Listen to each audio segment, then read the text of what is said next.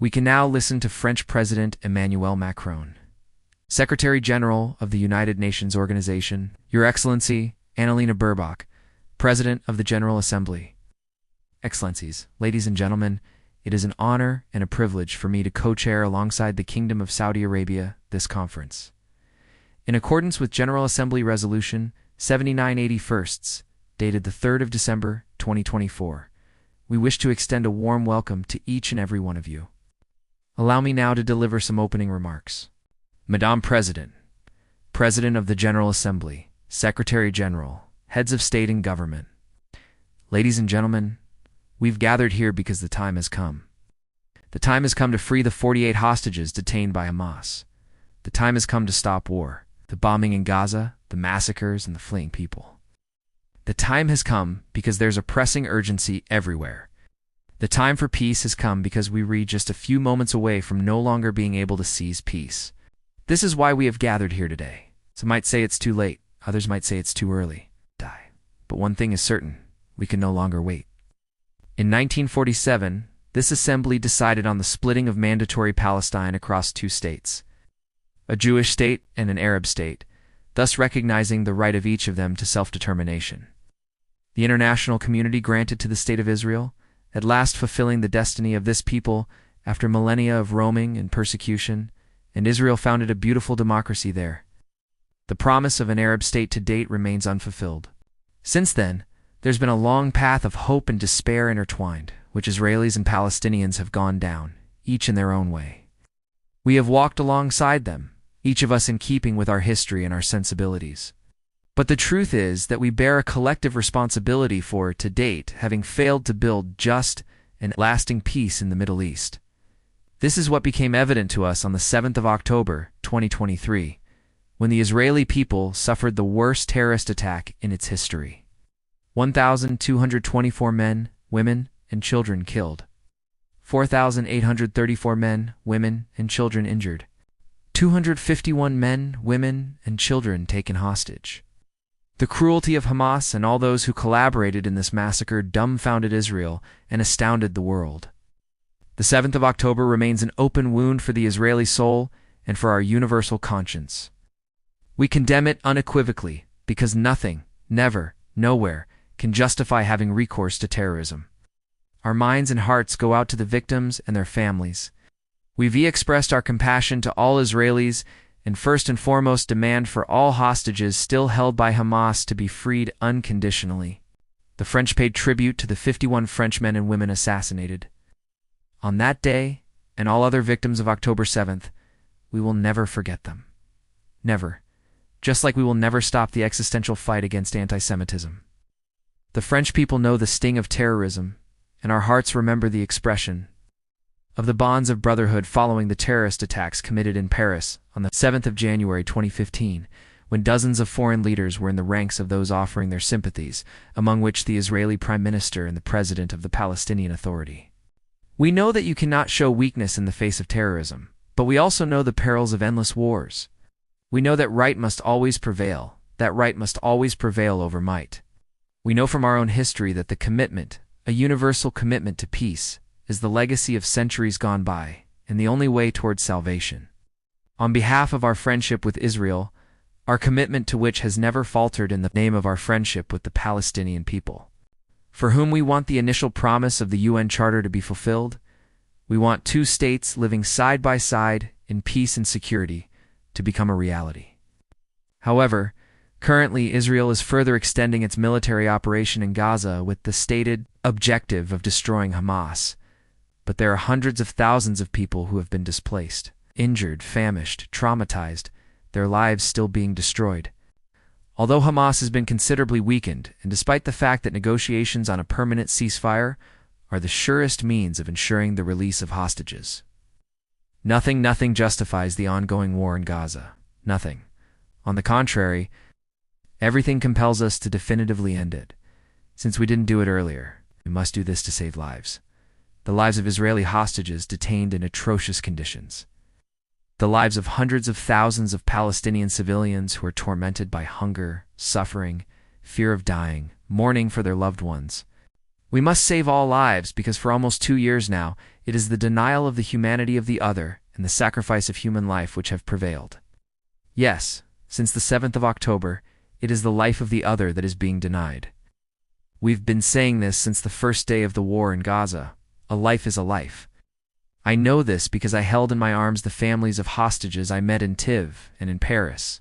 I'm thinking of the mother of David, a hostage who was famished and displayed. I'm thinking of Nimr Cohen, a 19-year-old hostage whose father I just met. I also know this because I was at the bedside of the Palestinian victims of Israeli military operations, refugees in Al Arish, women and children. I will never forget the way they looked at me. I know this because I met young people from Gaza who we are hosting in France. I'm thinking of Rita Baroud, who should have been with us today, who continues to be a witness to the distress of her loved ones in Gaza. A life is a life. We are duty-bound, all of us, to protect each other. This duty is indivisible, just as our common humanity is indivisible. There is a solution, a way of breaking the cycle of war and destruction. It lies in the recognition of the other, of his and her legitimacy, humanity, and dignity. We must reopen our eyes and see human faces there where war has deposited the mask of the enemy or the marks of a target. We must recognize that Palestinians and Israelis are living in twin solitude. The solitude of the Israelis following the historic nightmare of the 7th of October 2023, and the solitude of Palestinians at their wits' end in the face of this ceaseless war. The time has come, because the worst could still come to pass. The sacrifice of more civilians, the expulsion of the people of Gaza to Egypt, the annexation of the West Bank, the death of hostages detained by Hamas, or facts on the ground which could irreversibly change the situation there on the ground. This is the very reason that today, here in this chamber, we must pave the way for peace. Since July of last year, developments have accelerated, and at this point we have reason to fear that the Abraham Accords, the Camp David Accords, could be called in question by Israel, and that peace would become impossible for a long time yet in the Middle East. It thus falls to us this historic responsibility. We must do everything within our power to preserve the very possibility of a two-state solution. Israel and Palestine, living side by side in peace and security, the time has come. This is why, true to the historic commitment of my country to the Middle East, to peace between the Israelis and the Palestinians, I declare that today France recognizes the State of Palestine. Applause, applause, laughter. This recognition is a way of affirming that the Palestinian people is not a people to many. On the contrary, this is a people who never says goodbye to anything. As Mahmoud Darwish said, a people with a strong history, roots, and dignity. The recognition of the legitimate rights of the Palestinian people takes nothing away from the rights of the people of Israel, whom France supported from day one, and to the respect of which it is staunchly committed.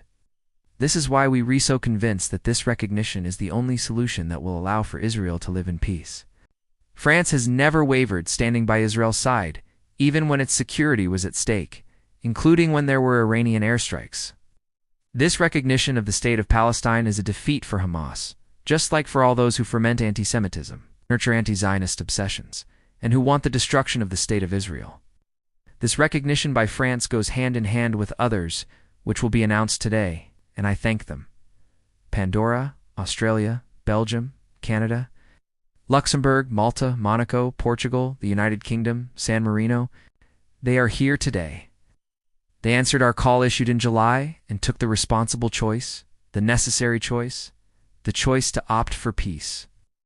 Spain, Ireland, Norway, and Sweden are also going down the same path, and many others did before us too. This recognition paves the way for useful negotiations, useful for Israelis and Palestinians. This path is a path towards a peace and security plan for all. France and Saudi Arabia submitted this plan to this assembly, and it adopted it by a large majority. It carries our common ambition to break the spiral of violence and to change the situation on the ground. We managed to take a step towards one another, to move away from our habitual stances, and to set concrete objectives. We must now set in motion a cycle of peace that meets the needs of all parties. The top priority of this peace and security plan, and it's very urgent, is to ensure the release of 48 hostages and put an end to military operations throughout the territory of Gaza. I commend the efforts undertaken by Qatar, Egypt, and the U.S. to achieve this. I ask Israel to do nothing more that would thwart these efforts coming to fruition. Hamas was vanquished on the military front, as we neutralized its leaders and decision-makers. It must also be vanquished politically to be truly dismantled as soon as a ceasefire is agreed. We must mount a massive collective effort to provide assistance to the people of Gaza. I'd like to thank Egypt and Jordan for their commitment, and recall Israel's absolute obligation, that is to facilitate humanitarian access to Gaza to assist its population, which has lost everything. The second priority is to stabilize and rebuild Gaza. A transition administration, incorporating the Palestinian Authority as well as the young people of Palestine, together with security forces, the establishment of which we will accelerate, will have the monopoly over security in Gaza. It will implement the dismantlement and disarmament of Hamas, and this with the support of international partners and the necessary means required for this difficult mission. France stands ready to contribute to an international stabilization mission, as well as to support, together with our European partners, the establishment and equipping of Palestinian security forces as soon as negotiations permit.